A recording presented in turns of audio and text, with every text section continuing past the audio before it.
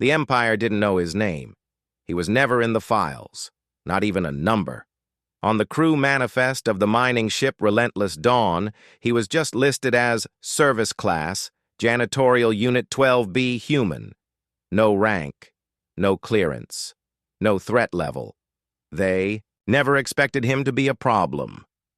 The attack came fast.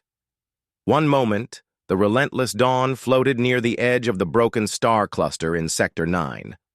The next, the sky lit up with red beams and plasma shards. The Empire's ships didn't warn. They never did. Why would they? This wasn't a war. It was cleanup. The humans had already lost the war. Earth had fallen. The colonies were shattered. All that remained were scattered ships, hidden bases, and stubborn survivors. The Empire wanted total silence. No more human noise. No more mess. So, they sent the Reapers, half machine, half alien, fully loyal. The Reapers tore through the Relentless Dawn like wolves through a chicken coop. They moved in tight squads, using spiked limbs and electric blades. The humans screamed, some fought. Most died, but they missed one. He wasn't in the command deck. He wasn't in the crew quarters. He was down in Waste Sector 3 behind 3 layers of bulkhead, cleaning out a backup sewage pipe. His name was David Tran. He had been a janitor since before the war. First on Earth, in a hospital. Then on Luna Station. Then, after the fall of Sol, they moved him here, to the Relentless Dawn. He was good at staying quiet, keeping his head down. Doing the job no one else wanted to do. He didn't even carry a weapon, but when the lights flickered and the emergency alarm didn't sound, when the air grew hot and the floor trembled under his boots, he knew something was wrong. David unplugged the cleaner, wiped his hands on a rag, and moved toward the exit ladder. The door didn't open. He frowned, tapped the panel. Nothing. Manual override. Still locked. Then he heard it. Screams above. Shouts. Gunfire. And a sound he had not heard in years. A reaper's screech. He froze. They were supposed to be rumors, myths, something from the front line, but it made sense. If the Empire wanted to erase the last human ships, they'd send in the things that couldn't be reasoned with. He looked around. No weapons, no armor. No allies, only a mop, a toolbox, and his maintenance pass. He stared at the mop, then at the panel. He pried it open, twisted the wires, and shorted the lock. The door clicked, opened. Smoke rolled in. The hallway smelled like plasma burns and melted flesh. He stepped out. He wasn't supposed to be a hero. He didn't even believe in heroes anymore. But he couldn't stay in that room. Not while the others screamed. David moved like a shadow, hugging the walls, keeping low. Years of crawling through vents and pipes gave him a good sense of the ship's layout. He avoided the main halls, took the maintenance shafts. He saw them once. The Reapers, tall, bone-white, faces like broken masks, their arms bent wrong, and they moved without sound like ghosts. A whole squad passed beneath the grate where he lay. He didn't breathe, didn't blink, waited. They passed. He kept moving. The survivors, the few left, were trapped in the bridge. He could hear the calls through a cracked wall comm. "They're cutting through the doors," someone shouted. "We need help! Anyone!" He knew that voice. It was Dr. Lena Harrow, Chief Science Officer. She was kind, had always smiled at him, said thank you when he cleaned her lab. She was still alive. He had to try. He crawled through the shaft to engineering. It was abandoned, the crew long dead. But the tools were still there. Welding torch, pressure wrench, magnetic cutters. He filled a bag, then paused. He stared at the arc welder and smiled. Maybe he wasn't a soldier, but he'd fixed things all his life. Pipes, vents, burned out fans. Maybe now it was time to break something instead. He moved fast. The Reapers had sealed off most doors, but he knew the ship's guts better than anyone. He slipped through ducts, repurposed servos, rerouted power. He turned the janitor's gear into traps. First came the coolant spill. He cracked a pipe and flooded a hallway, then rigged a spark. 3 Reapers fried instantly. Next, he used the cargo magnet system, lured another squad with sound, then reversed polarity. The entire ceiling dropped onto them like a steel avalanche. Then came the fire trick. He fed oxygen into a shaft, lit it with a torch, and cooked them from below. The Reapers started to adapt. They moved slower, more cautious. They didn't know who was doing it. No human on the ship had combat training. None of them were elite. But someone was hitting them hard. Smart. Scared machines aren't supposed to exist. But these ones hesitated now. David finally reached the bridge. The Reapers had almost broken through. One more cut, and the door would have fallen. But David came from behind. He used the last of his traps, a charged coil built from a mop handle and 3 capacitor cores. He drove it into the lead Reaper's back. It screamed.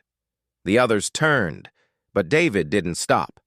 He fought like a rat, vicious, fast, unpredictable.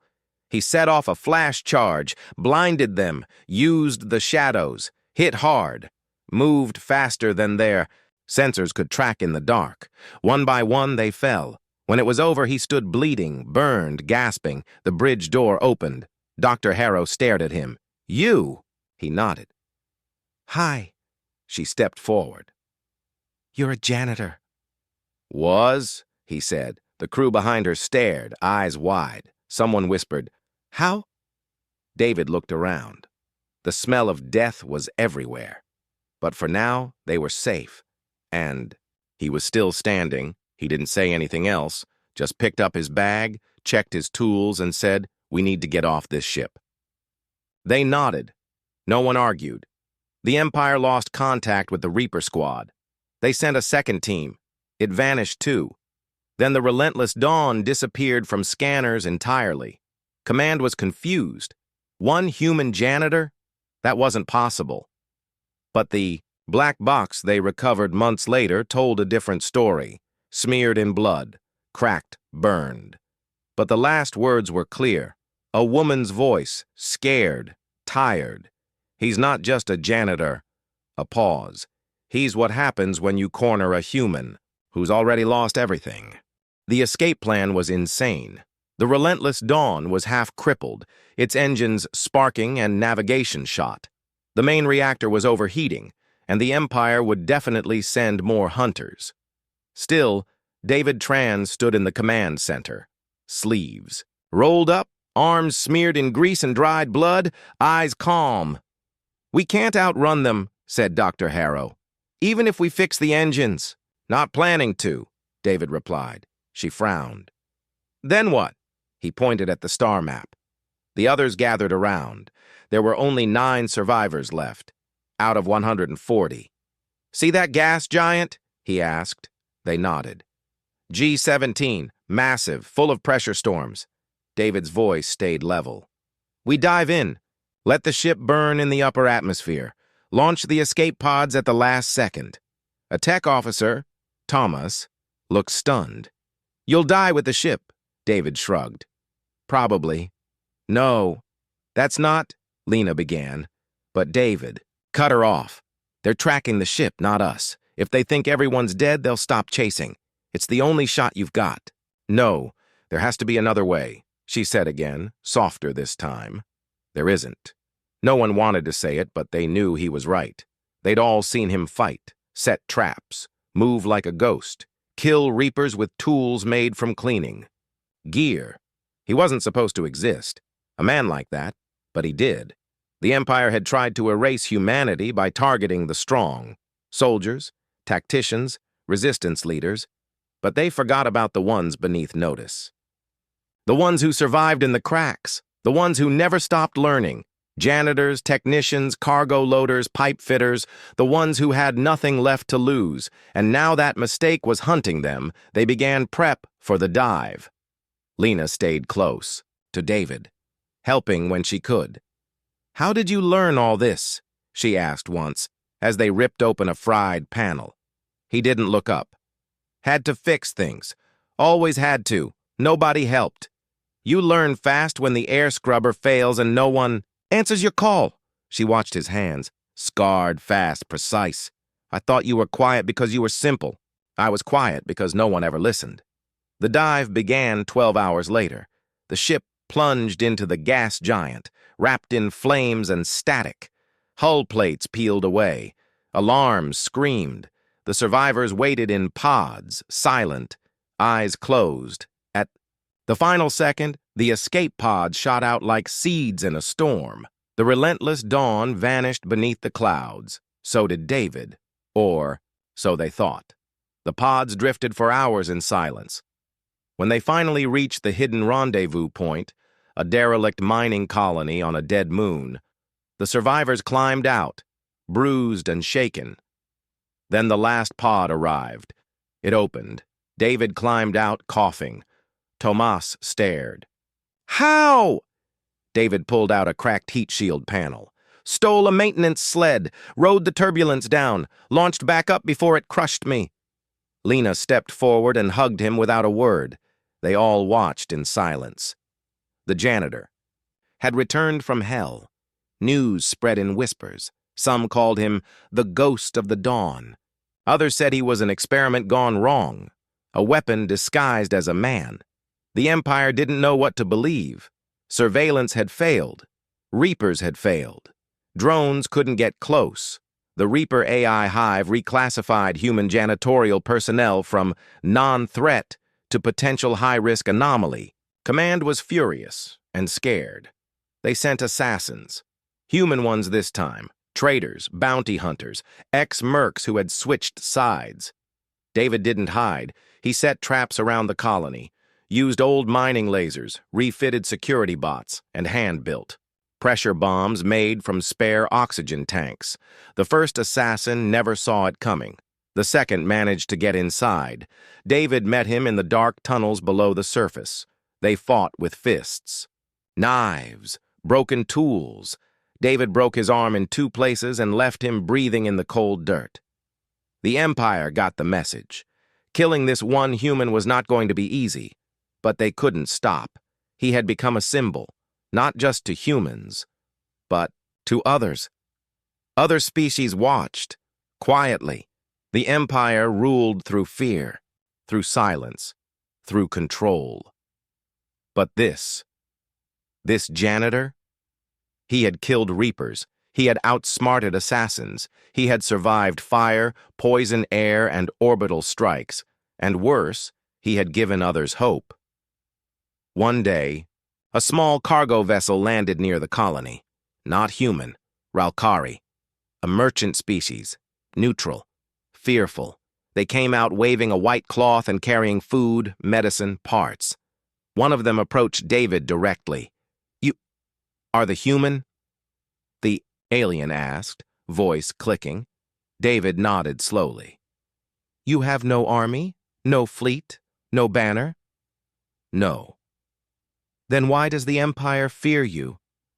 David looked down at his calloused hands. "I'm hard to kill." The Ralkari bowed. "Then maybe we are too." From that day, supplies came more often. Other fringe species helped quietly. No big alliances, just small favors. Little cracks in the wall, but cracks spread, and the Empire noticed. So they sent something worse than Reapers. They sent a speaker, part diplomat, part torturer, fully terrifying. The speaker landed on the moon alone, tall, wrapped in veils of black armor. Its voice was like ice in the lungs.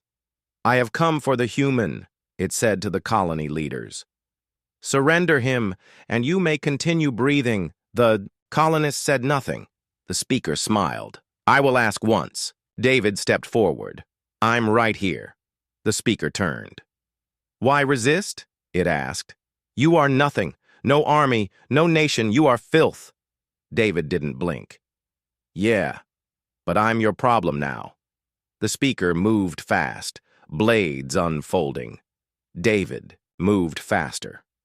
The fight lasted less than 30 seconds, and when it ended, the speaker's body was lying in two parts across the landing platform.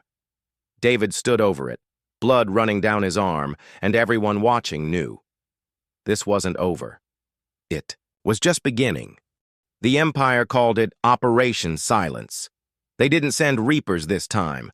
No more half measures, no more experiments. They sent ships, a full Imperial war fleet, 7 cruisers, 4 destroyers, 1 dreadnought, all for one man, one janitor. David stood on the old mining platform and looked up at the night sky. A red light blinked far above, the lead ship entering orbit. "They're here," he said simply.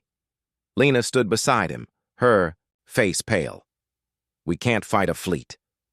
"No," he agreed, "but maybe we don't have to." He turned and walked back into the tunnels. The moon colony was barely more than caves and rusted machinery. No weapons, no shields, no command systems, but it had something the Empire never understood: people who had learned to survive without help. Miners, farmers, scavengers, and David. In the hours that followed, he moved like lightning. No panic, no shouting, just quiet orders, hands working, mind racing. He built traps again, but this time, the scale was different. Not wires and pressure bombs. Now it was the whole colony. He rerouted thermal vents to erupt under landing zones. He flooded tunnels with methane, sealed them tight. He converted mining lasers into surface-to-orbit cannons calibrated by hand. He worked until his fingers bled. Lena found him halfway through the process, dragging a 6-meter fusion rod across the floor. "You can't stop them, David. I can delay them. They'll glass this place." He looked at her, face blank. "Then they'll have to look me in the eye while they do it." That night, he sat alone in the old mess hall. He opened a tin of cold beans. Then he pulled out an old photograph, worn, bent at the corners, a woman and 2 kids, smiling. He touched the edge of the photo. "Almost done," he whispered. The first landers came at dawn. 5 squads, armored, trained, armed with plasma rifles and sensor drones. They entered the colony with precision. They never made it past the first turn. The tunnel collapsed behind them, the methane. Trap ignited. A chain of explosions rocked the surface. 3 landers vaporized. The others hesitated. David's voice came over their comms, hijacked from an old mining repeater. "You're not hunting a soldier. You're not hunting a killer. You're hunting someone you pushed too far." Then he cut the feed. Another squad landed in the south sector. David met them himself, wearing a makeshift exosuit cobbled together from repair servos and armor plating. Carrying a mining claw modified with a shock core. He didn't shoot. He charged. He moved through them like a storm, broke helmets, smashed ribs, shoved one into an exposed power line, and electrocuted 2 more. The squad fled. He let them carry fear back to their commanders. By the 3rd wave, the officers began asking the wrong question. How is he doing this? Instead of the right one, why is he still alive? But the truth spread, not through comms, not through orders, through fear. The same fear the Empire used to rule now turned back on them. The man they came to kill didn't run, didn't beg. He built weapons from trash, turned tunnels into graveyards, fought like a monster, and didn't die.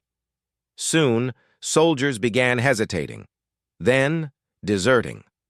One squad dropped their weapons and surrendered to the colony itself, just to escape the assignment. One destroyer even turned its guns away, then jumped to deep space without orders. Command went silent. The dreadnought above the moon powered up its main cannon. Enough games, enough embarrassment, 1 shot, 1 blast, and the surface would be gone. David stood on the roof of the comms tower, alone. He looked up. The cannon began to glow. Lena's voice came through his earpiece. "David, they're going to fire." "I know. You have to run." "No." "Why?" His hand touched the photo in his pocket again. "Because if I run, They win. And if I die standing, then maybe someone out there stands up too. Silence on the line. Then the dreadnought's energy built to full charge. But before it could fire, something changed. A second signal lit up the sky, a new ship, then another, and another. They weren't human, not fully. Some were Ralkari. Some were... Varnic Traders 1 was an old warship from a species the Empire had crushed decades ago. They all came without banners, no flags, no declarations, just one message, broadcast on all channels. If you want to kill one human, you'll have to kill all of us. The Empire hesitated. In the silence, David stood tall. A janitor, no armor, no fleet, no command code. But he had survived everything, fought through hell, refused to die. And now, he had made them afraid, truly afraid. Not of a battle, but of an idea. That maybe humans couldn't be wiped out. That maybe, just maybe, every unnoticed person, every ignored worker, every castaway and janitor and cook and loader might become him if pushed hard enough. The dreadnought powered down, and for the first time in Empire history, they left. After the Empire left, no one celebrated. There were no fireworks, no speeches, no loud cheers, just quiet.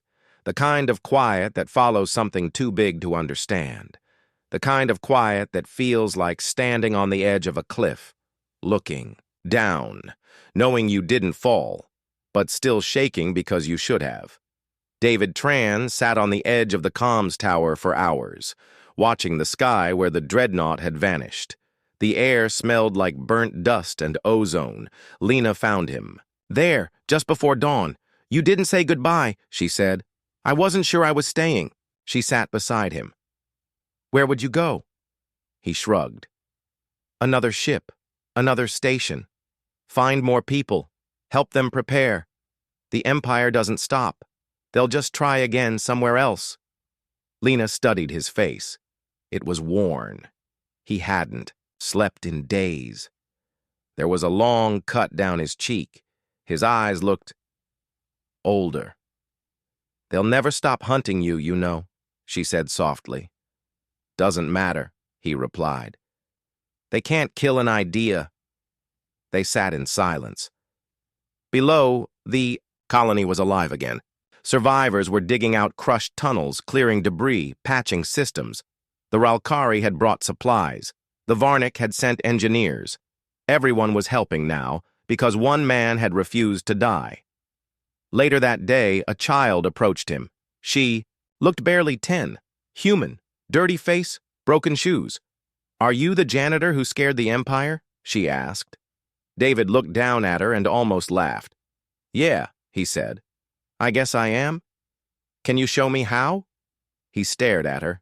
Not with pride, not with ego, but with something else. Something heavier. I can show you how to fix things, he said. She frowned. That's boring. He smiled faintly. It's where it all starts. And that's what he did. He didn't leave. He stayed. Taught them how to build traps. How to fix air scrubbers, reroute power, weld hulls, hack systems, how to survive. They didn't call him sir. They didn't salute. They just listened. Because they knew who he was now. Not a soldier, not a killer, but something rarer. Someone who did the job no one wanted to do, even when it meant crawling through filth, breathing smoke, and burying the dead. Someone who didn't ask for glory, only for a chance to fix what others broke. And when news spread that the Empire had pulled forces from 4 nearby systems to reinforce control, something strange happened.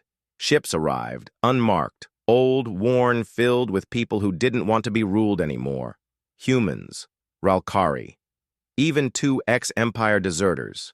They didn't come with speeches. They just said the same thing. We heard about the janitor. They helped build more defenses, more shelters, more training rooms, and slowly the colony became more than just a place to hide. It became a problem, a symbol, a spark. David watched it grow with quiet dread.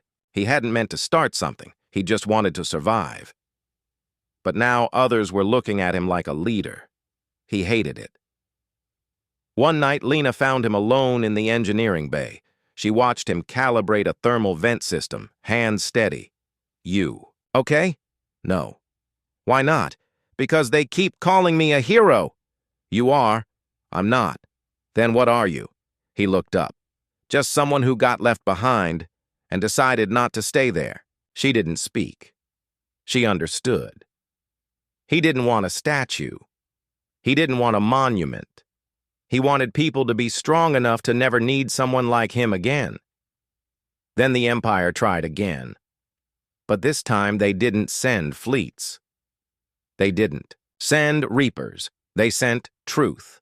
Broadcasts began to appear across systems, on news feeds, on old comm buoys, on smuggler channels, images of David, of the attacks, of bodies in the tunnels. Warning, terrorist human known as David Tran, the message said.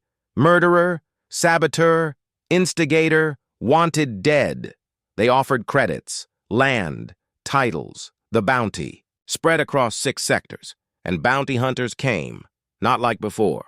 This time, they came in packs. Fast, quiet, deadly.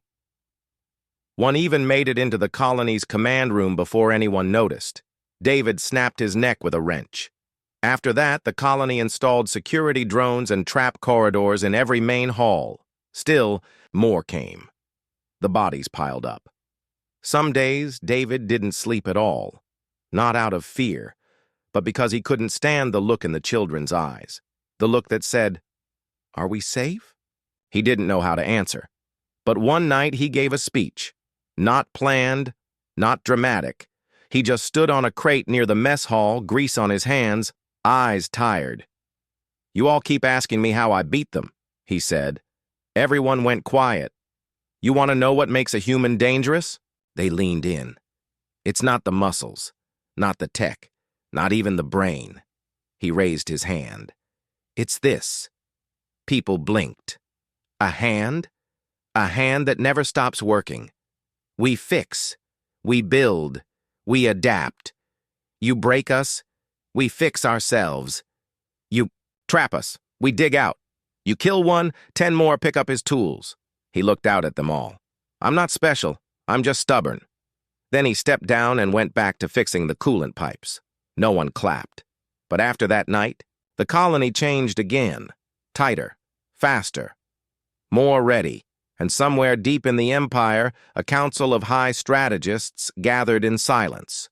One of them, a 3-eyed admiral, spoke the fear none wanted to admit. "What if we didn't just make a mistake?" The others looked at him. He swallowed. "What if we made a legend?" A year passed. The colony was no longer a secret. They called it Haven now. A name whispered in broken comms, carved into hull plates, painted on the sides of smuggler ships. It wasn't just humans anymore. Thousands of aliens from conquered worlds came seeking shelter. Survivors, rebels, cowards who'd had enough, engineers, farmers, teachers, even a few ex-Empire, soldiers with nothing left but guilt. David Tran didn't lead them. Not officially.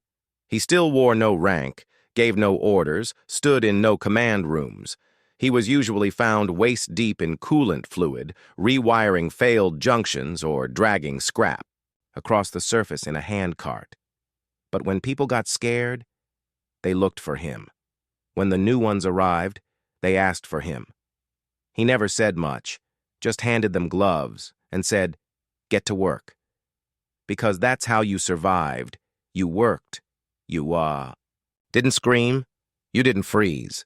You didn't cry for someone to come save you. You rolled up your sleeves and became the one who saved others. But the Empire wasn't done. They were just patient. And now they were angry. Because the infection was spreading. Other colonies were rebelling. Supply. Routes had become war zones. Ships once loyal were going dark, and every time the cause was traced, it came back to Haven, to David Tran, to the Janitor. So the Empire tried something new. They didn't send fleets. They sent truth again. but sharper this time. Carefully edited footage of David killing Empire soldiers, fabricated reports of him, slaughtering innocents. They seeded doubt in the outer colonies, whispered lies into allied ears. Maybe he's not a hero. Maybe he's just another killer, another human broken by war. And this time, it worked, a little. Some allies stopped sending help. Some ships turned back. Some colonies sealed their doors to refugees. Inside Haven, tension built. One night, the old mess hall turned into a shouting match. He's the reason. "They keep coming," a merchant barked. "He's painting a target on all of us." "He's the reason we're alive," someone else shouted. "He's the reason my son got shot last week." David wasn't there. He was in the lower maintenance shaft, replacing a cracked coolant pipe with his hands half frozen. Lena found him 2 hours later, sitting on a crate, bleeding from a cut on his wrist. "They're tearing each other apart," she said softly. He didn't look at her. "I know. You have to say something." "No." "Why not?" "Because they have to decide. I can't tell them what to believe." "You could lie," she said. "Tell them you're fine. That the Empire's afraid, that everything's going to be okay." David looked at her with tired eyes. Lying's what the Empire does. He stood, walked past her, and didn't say another word. But the real test came soon after. An alien transport ship arrived from deep space. It was damaged, hull torn, engines sputtering. Inside were over 200 survivors, mostly children, from a mining world the Empire had purged. They'd escaped on an old ore freighter, barely made it. The colony rushed to help. David worked alongside the rest, patching breaches, lifting kids out, giving blankets and food. Then he heard the name of the ship, the Red Halo. He froze. That ship had once been part of the Empire's purge fleet, the same fleet that burned Earth's final defense line. It had been captured, repurposed, used to save lives now. But he couldn't stop seeing the past. The sky burning, the last screams of his home. Later, alone in the workshop, he smashed a wrench against the wall until it bent in half.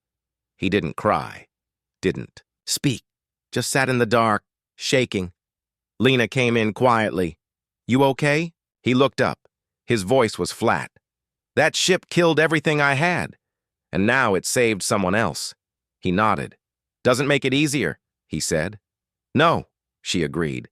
"Do you think I'm still human?" he asked. That stopped her. He wasn't being dramatic. He meant it. After all the blood, the killing, the traps, the fear, after becoming the one everyone looked at when they talked about rebellion, survival, resistance, was there anything left of the man who used to clean hospital floors and make jokes about stubborn coffee stains? She walked over and sat beside him. "You're more human than anyone I've ever met." He didn't answer. He just leaned back against the wall and stared at the bent wrench. Then came the worst day. Not because of death, but because of betrayal. 1. Of Haven's own sold them out. A Varnick named Seerith, a translator who had worked with David personally, activated a hidden beacon during a supply mission. He was desperate. His family had been captured. The Empire had offered their release in exchange for Haven's coordinates, and for David, they wanted the Janitor. Again. So they came, but not with ships, with a weapon. A thing called the Black Null. No one had seen it before. It didn't shoot. It didn't talk. It just arrived, silent and vast, drifting into orbit like a shadow made from metal and void, and everything stopped working. Power, comms, lights, machines, even gravity faltered. The Black Null devoured all energy, and then it began pulling the colony toward the surface, not with force, but with absence, a crushing pressure of silence, like a black hole with no hunger, just purpose.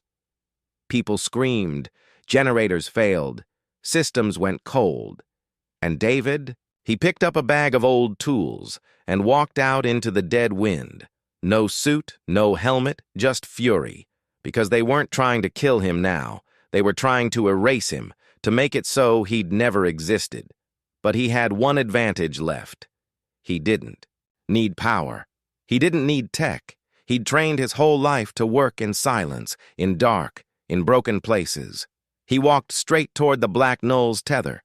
A mile-long energy umbilical dropped from orbit into the crust, and he climbed it, hand over hand, into the sky, with nothing but a tool kit and a cutting torch, and every person below watched, every alien child, every soldier, every frightened refugee, who'd once doubted him.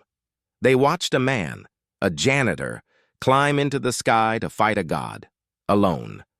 And none of them knew what would happen next. The tether hummed with silent power. It pulsed like a living thing, cold, unyielding, and impossibly strong. David's hands bled as he gripped the metal cable, his gloves torn, fingers raw. Above him, the Black Knoll loomed, a monstrous ship the size of a city, blacker than the void itself. Its surface absorbed light like a star swallowed by shadow. David's breath came hard. The thin atmosphere bit at his lungs, but he kept climbing. He reached the control node, a vast panel of blinking lights, wires, and access ports. No guards. No weapons, just a challenge. He dropped his bag, pulled out a plasma torch, a small hacking device, and his old service pass. For hours he worked, welding, cutting, rerouting. Every spark was a prayer, every hum a countdown. Down below, the colony. Watched the sky grow dark as the Black Knoll's engines slowed. David's voice crackled over the hacked comm channel. "This thing runs on pure energy tethered from the planet's core," he said.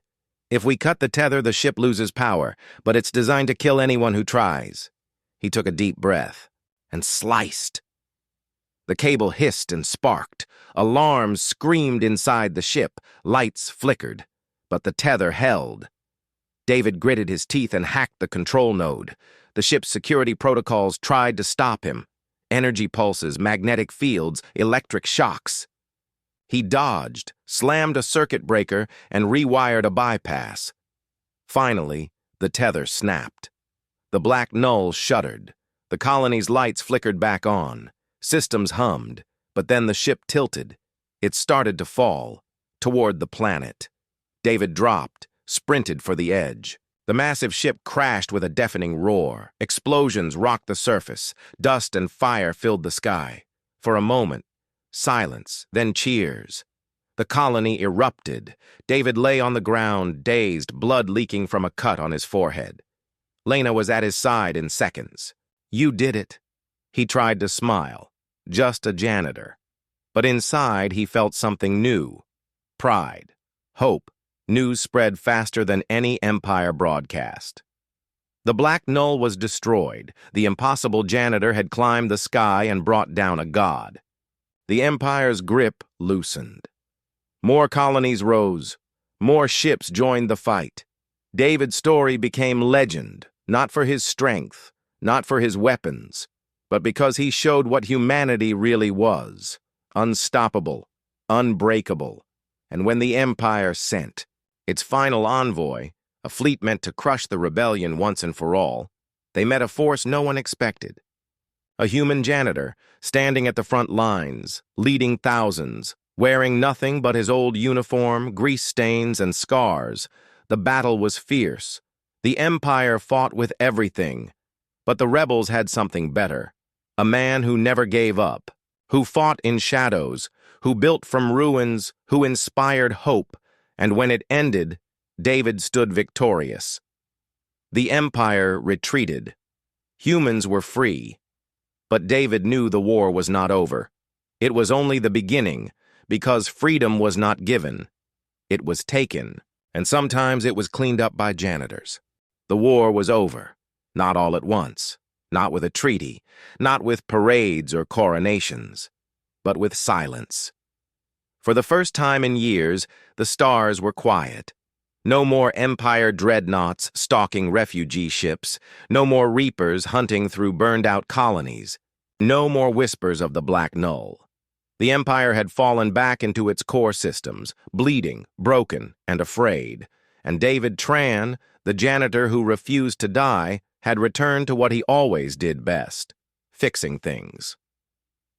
In the rebuilt heart of Haven, he was back in the maintenance bay, sleeves rolled up, repairing a cracked coolant valve with a tool he built himself. The room was quieter these days, more hands now, more people helping, but David didn't give orders. He didn't lead meetings. He just showed up early, left late, and always cleaned his own tools. Lena stopped by in the afternoon. She leaned against the door frame, arms crossed. "They're asking again." He didn't look up. "Who?" "Everyone." "The colonies, the council, they want you to lead, form a new fleet, decide the future." David tightened the valve. "I'm not a leader."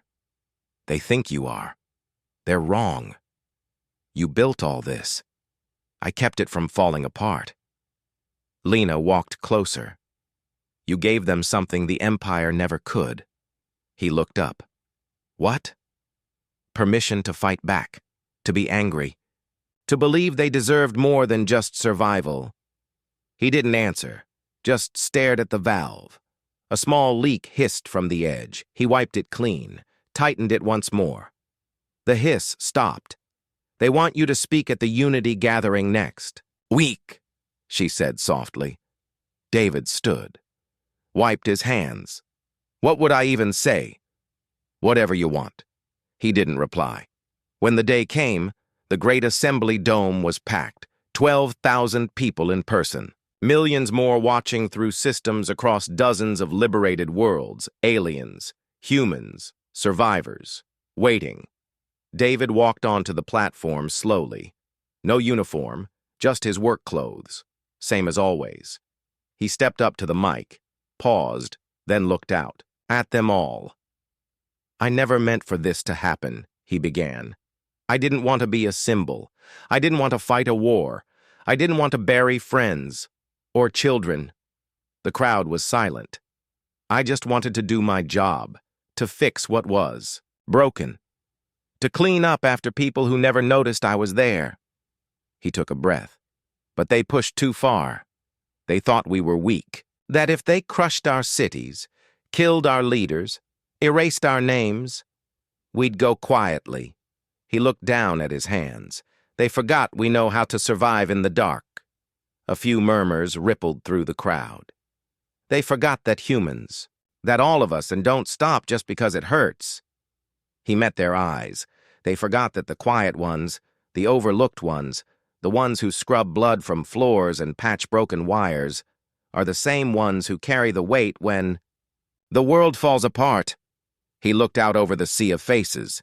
"And I'm telling you now, the world's not going to stay together unless we keep carrying it." He stepped back, didn't wait for applause, just walked off the stage. Behind him, the silence cracked. First one person stood, then another.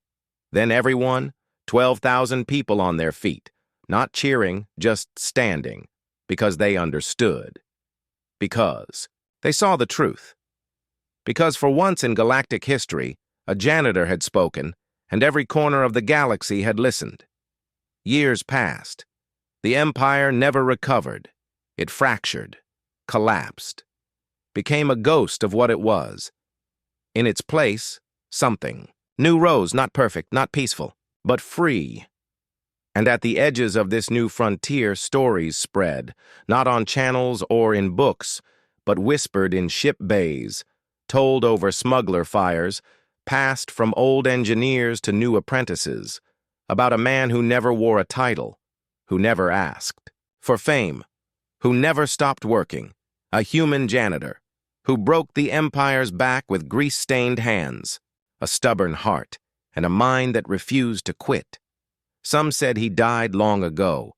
Others claimed he was still out there, fixing broken airlocks, setting bones, rigging traps in the dark. But most believed this: if the Empire ever came back, he would. Too, with nothing but a wrench and the will to finish the job.